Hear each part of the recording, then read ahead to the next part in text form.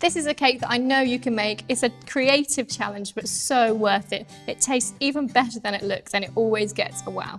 So I'm going to show you how to make it. So the first thing I'm going to make for this cake is the peppermint icing. So I've got a big bowl, put into that some softened unsalted butter. I'm going to sieve in my icing sugar just to get rid of any of the big lumps and start to combine the two.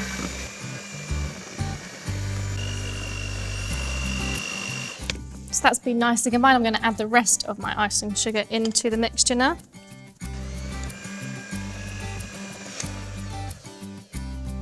So I'm going to be making this ice cream cake into my favourite flavour of ice cream, which is mint chocolate chip.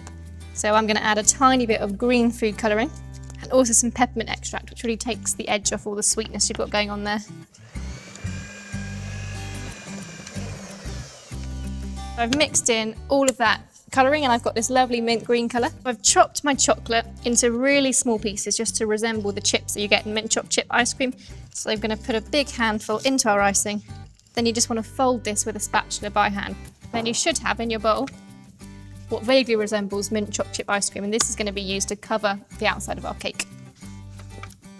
So I've got 3 layers of my favourite chocolate cake. It's a really dark, rich, dense cake, which always comes out with a perfectly flat top, which works really well for this recipe. Put a little tiny blob of the icing in the centre of the stand. This will help the cake to stick. And then we place the first layer of our cake on the top.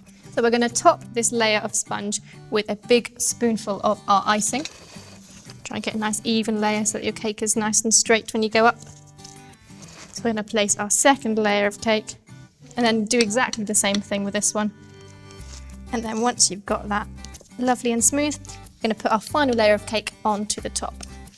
The final thing to do with the icing is just to cover the whole cake in our mint chocolate chip icing. And we're just going to gently spread it. And you can rotate the cake stand with your other hand to make sure you get a nice smooth finish. And then you can just work it down the sides. So I'm happy with how this looks. I'm going to stick it in the fridge just to cool down for about 30 minutes so that it firms up, and when you put the glaze over it will stay really firmly. So whilst our cake is chilling in the fridge, we're going to make the ice cream topper that looks like the upside down ice cream on top of the cake. So we're going to start with some melted chocolate. I've actually melted my chocolate already over a bain-marie, so it's nice and soft.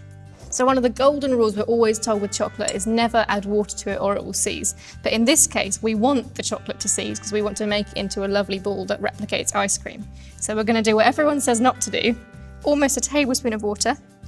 Just pour it in. As you stir, you'll notice it will thicken.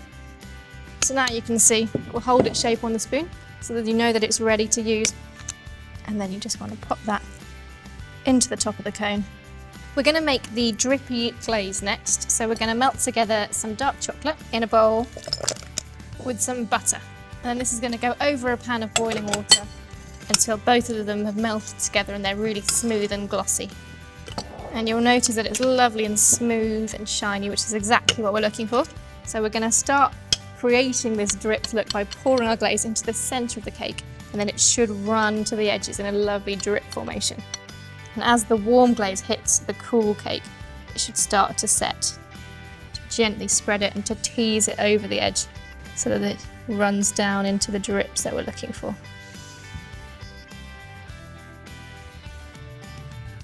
So the final thing to do is to take the ice cream that you made earlier, turn it upside down and place it right into the centre of the cake. And it looks like that ice cream has been dropped.